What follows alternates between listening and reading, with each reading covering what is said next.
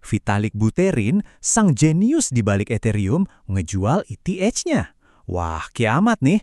Apakah ini artinya dia udah nyerah sama ciptaannya sendiri? Semua berita utama teriak game over. Tapi, apa benar ceritanya segitu doang?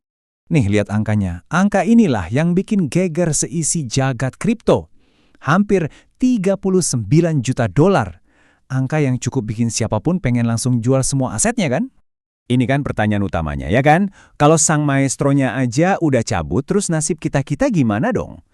Tapi, gimana kalau semua narasi ketakutan ini ternyata salah besar? Karena apa yang kita saksikan ini sama sekali bukan aksi jual panik. Bukan, ini adalah sebuah strategi finansial yang udah direncanain dengan sangat-sangat rapi. Jadi, lupain semua FUD, semua ketakutan, keraguan, dan berita-berita miring itu. Ini bukan dumping. Ini adalah sebuah eksekusi kelas berat, manuver canggih yang levelnya setara sama para petinggi di Wall Street.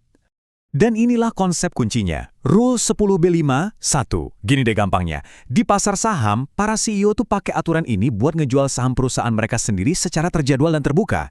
Tujuannya, biar mereka nggak dituduh main curang alias insider trading. Nah, apa yang dilakukan Vitalik ini, spiritnya tuh mirip banget. Nah, coba deh lihat perbedaannya. Jauh banget. Kalau panic dumping itu diam-diam, reaktif, dan tujuannya cuma satu, keluar secepat mungkin, bodo amat harga jadi anjlok. Rencana cerdas ini, kebalikan total, semuanya transparan, udah dijadwalin, dan dirancang khusus biar pasar nggak terguncang. Beda kelas kan? Dan ini buktinya. Jauh sebelum penjualan terjadi, niat ini tuh udah diumumin ke publik. Vitalik seolah-olah ngasih tahu ke seluruh dunia, gua mau jualan ya nanti. Ini kan antitesis dari insider trading.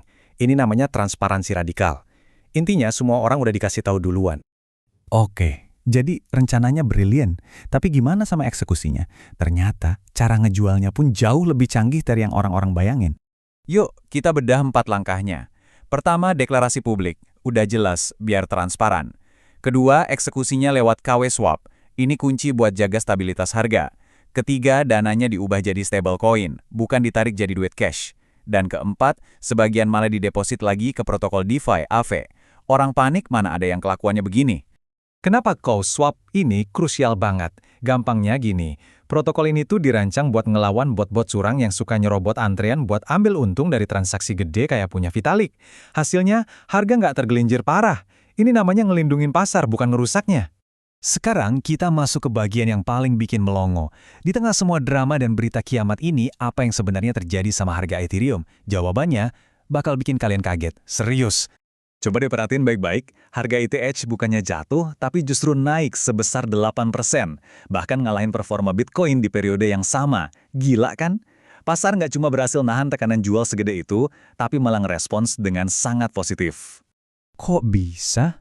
Soalnya, kalau kita lihat skalanya, penjualan 38 juta dolar itu ternyata cuma 0,22% dari total volume perdagangan harian Ethereum yang nyampe 17 miliar dolar. Ibaratnya, ini tuh cuma setetes air di samudra. Ini bukti nyata betapa liquidnya pasar Ethereum. Jadi kalau retail pada panik jual, siapa dong yang ada di seberangnya? Jawabannya, smart money. Para whales alias para pemain super besar justru ngelihat ini sebagai diskon. Mereka malah nyerok hampir 9 juta ETH. Ini adalah transfer modal yang klasik, dari tangan yang gemeteran ke tangan yang kokoh. Oke, kita udah ngebongkar masa lalu. Sekarang, apa artinya semua ini buat masa depan? Yuk kita intip kemana pasar bakal bergerak setelah drama ini kelar. Dan inilah poin terpentingnya. Salah satu sumber ketidakpastian terbesar di pasar, yaitu kapan Vitalik bakal jualan, sekarang udah hilang dari peredaran. Pasar bisa napas lega dan fokus ke pergerakan harga yang lebih natural berdasarkan analisa teknikal. Buat kalian yang aktif trading, perhatiin deh baik-baik. Level kunci yang harus ditembus itu ada di 2.214 dolar.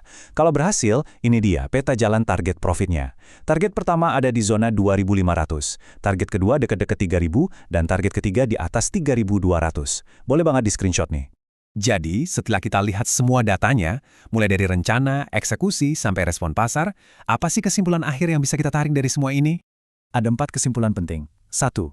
Ini diversifikasi, bukan panic dump. 2.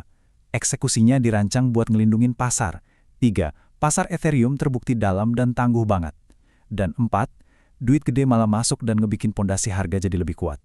Pada akhirnya, penjualan Vitalik ini sama sekali bukan sinyal bearish atau pertanda buruk, justru kebalikannya.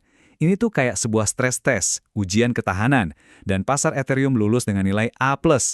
Ini adalah tanda sebuah pasar yang udah dewasa. Nah, sekarang giliran kalian.